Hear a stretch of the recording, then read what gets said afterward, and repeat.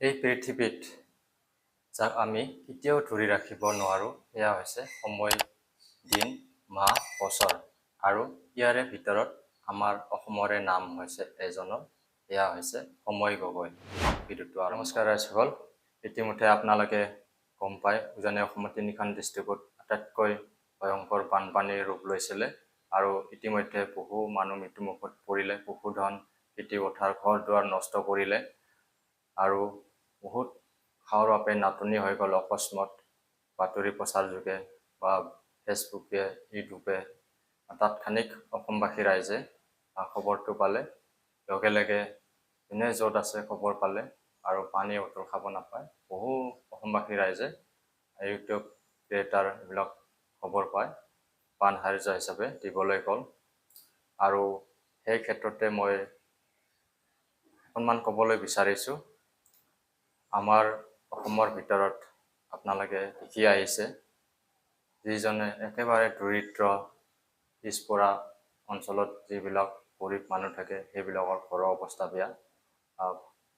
বেয়া হ'লে যিকোনো অকণমান আৰ্থিক সাহাৰ্য হ'লেও মানে সহায় কৰি থাকে। আৰু সেইজন ব্যক্তিয়ে হৈছে সময় গগৈ। আৰু সময় গগৈ এনেকুৱা ব্যক্তি মানে শুদ্ধ মনৰ ব্যক্তি, কাৰণ মানুহক সহায় কৰি ভাল পায়। বিপদৰ সময়ত মেডিকেলত যদি কোনোবাই একেবাৰে পইচা পাতি নাথাকে তেখেতক মেডিকেলত লৈ যায়।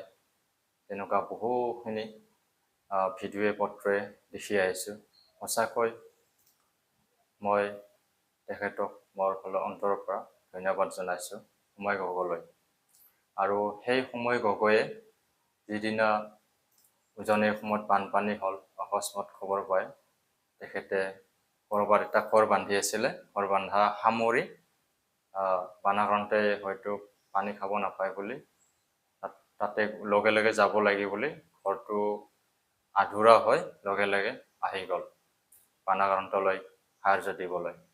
লগে লগে দোকানত গৈ বহু বস্তু, দালি, চাউল, ৰেচনত যিমান যি লাগে, পানী বটল কিবা কিবি সেইবিলাক লৈ একেবাৰে শিৱসাগৰলৈ ৰাওনা কৰিলে। আৰু তেখেতে দুখ দৰ্শা দেখি বহুত আৱেগিক হৈছে, ম্লান হৈছে। সঁচাকৈ দুখৰ বিষয়। এনেকুৱা বহু মানুহৰ মৃত্যু হ'ল, গৰু, ছাগলী বা পশু, যিকোনো ব্ৰইলাৰ ফাৰ্ম, গাহৰি। বিশেষকৈ সময় গগৈয়ে গৰু, ছাগলী কিবা জীৱ জন্তুৰ লগত বহুতখিনি ৰিলেটিভ আছে, সি বহুতখিনি ভাল পায় বচাৰ কাৰণে। হাঁহ কিবা কিবি ইতিমধ্যে লৈ যাই আছে সময় গগৈয়ে।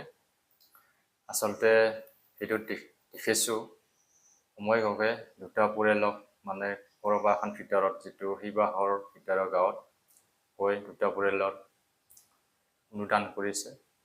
এটা পৰিয়ালক 50,000কৈ, এটা পৰিয়ালক 50,000কৈ তেনেকুৱা দান দিছে সময় গগৈয়ে।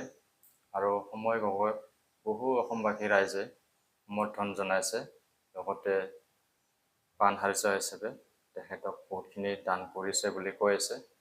সময় গগৈ নিজে কৈছে, মোৰ বেংক একাউণ্টলৈ বহু ফোন নাম্বাৰ বিচাৰি বহুতে মোক সহযোগ কৰিব বিচাৰিছে বুলি কৈ আছে। বহুতে টকা পইচা দিব বিচাৰি আছে সময় গগৈ। আৰু সেই এটা পৰিয়ালত গৈ আপোনালোকৰ পইচা মই 1 টকাও এটা নাখাওঁ, আপোনালোকে দেখিব মই নিজৰ যি ধন উপাৰ্জন কৰিম মই তাৰে চলিম, সেয়ে খাম, কিন্তু আপোনালোকৰ ৰাইজৰ পইচা মই 1 টকাও নাখাওঁ বুলি এই প্ৰতিশ্ৰুতি দিছে। সঁচাকৈ এইখিনি ধন্যবাদ, শলাগ লাগিব লগা কথা, প্ৰশংসা কৰিছোঁ, কাৰণ তেখেত ৰাইজৰ বাবে আহিছে আৰু এনেকৈ অব্যাহত থাকক তেখেতৰ যাত্ৰা। সময় গগৈ যিবিলাকৰ মানে একেবাৰে দৰিদ্ৰ অৱস্থা, তেখেতে কৈছে ঘৰবিলাকো ভাল কৰি দিয়াৰ কথা কৈ আছে। বহুতখিনি মানে চাহ চিতা কৰি আছে। এতিয়া আমাৰো দেখি দুখো লাগে, বেয়াও লাগে, এনেকুৱা হৈ আছে মনবোৰ। যা নহওক, ঈশ্বৰে আশীৰ্বাদ কৰক, ঈশ্বৰে শক্তি দিয়ক সময় গগৈলৈ। আৰু এটাই অনুৰোধ, মই সময় গগৈৰ দৰে আমাৰ অসমবাসীৰ আগুৱাই আহক, যিবিলাক সময় গগৈৰ যিটো অনুসৰণ কৰক, তাৰ যোগেৰে যাওক। তেনেকৈ অনুপ্ৰাণিত মোৰ অসমবাসী ৰাইজৰ ফালৰ পৰা তেখেতক বহুত বহুত ধন্যবাদ অভিনন্দন জনাইছোঁ। ইমানখিনি দুখীয়া দৰিদ্ৰ নিচলাসকলক ঘৰ দুৱাৰ বনাইছে, ভাল লাগিছে দেখি। অসমবাসী ৰাইজেও তেখেতক বহুত সমৰ্থন জনাইছে, সহযোগ কৰিছে। আৰু এনেকুৱা সময় গৈ 10জন নহয় 100জন ওলাই আহক, আমাৰ তেতিয়া অসমখন এক সোণালী অসম হৈ যাব। সেয়ে মোৰ অনুৰোধ থাকিল, আহ্বান থাকিল অসমবাসী ৰাইজলৈ। আৰু ইউটিউবাৰ হ'ল, ফেচবুক ক্ৰিয়েটাৰ হওক, সকলোলৈ মোৰ ফালৰ পৰা বহুত বহুত ধন্যবাদ থাকিল। লগতে পানাঘৰতে যি এতিয়ালৈকে আছে, সাহাৰ্য পাই আছে, এতিয়ালৈকে কিবাকিবি বাচন পত্ৰ পোৱা নাই বুলি কৈছে, বহুতে দিব কৈ আছে, চৰকাৰৰ ফালৰ পৰা দিয়াৰ কথা কৈ আছে।